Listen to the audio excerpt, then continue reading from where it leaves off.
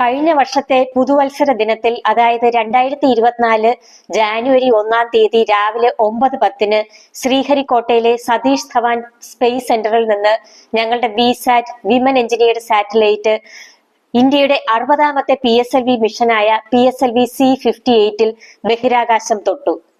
ഭൗമോപരിതലത്തിൽ നിന്ന് 350 കിലോമീറ്റർ അകലെ ഭൂമിയെ വലം വച്ചുകൊണ്ട് വിസാറ്റ് അതിന്റെ വിക്ഷേപണോദ്ദേശം വിജയകരമായി പൂർത്തിയാക്കി.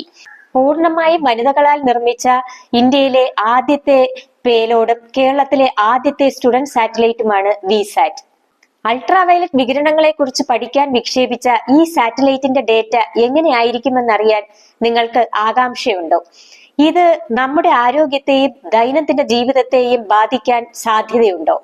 സാധാരണ പേലോഡുകൾ ഓർബിറ്റിൽ എത്തിക്കഴിഞ്ഞിട്ട് മാത്രം ഡേറ്റ ട്രാൻസ്മിറ്റ് ചെയ്തു തുടങ്ങിയപ്പോൾ എങ്ങനെയാണ് വിസാറ്റിന്റേത് മാത്രം അന്തരീക്ഷം കടന്നപ്പോൾ തന്നെ കിട്ടി തുടങ്ങിയത്? എങ്ങനെയാണ് വിസാറ്റ് പവർ ആവശ്യമില്ലാതെ പ്രവർത്തിക്കുന്ന ഒരു സെൽഫ് പവേർഡ് പേലോഡായി മാറിയത്?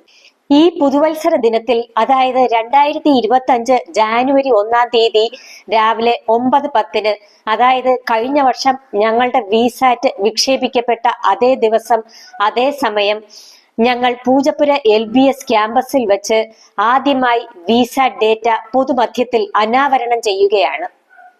ആകാംക്ഷയോടെ കാത്തിരിക്കുന്ന നിങ്ങൾ ഏവരെയും ഞങ്ങൾ അന്നേ ദിവസം പൂജപ്പുര LBS ക്യാമ്പസിലേക്ക് സ്വാഗതം ചെയ്യുന്നു. നന്ദി.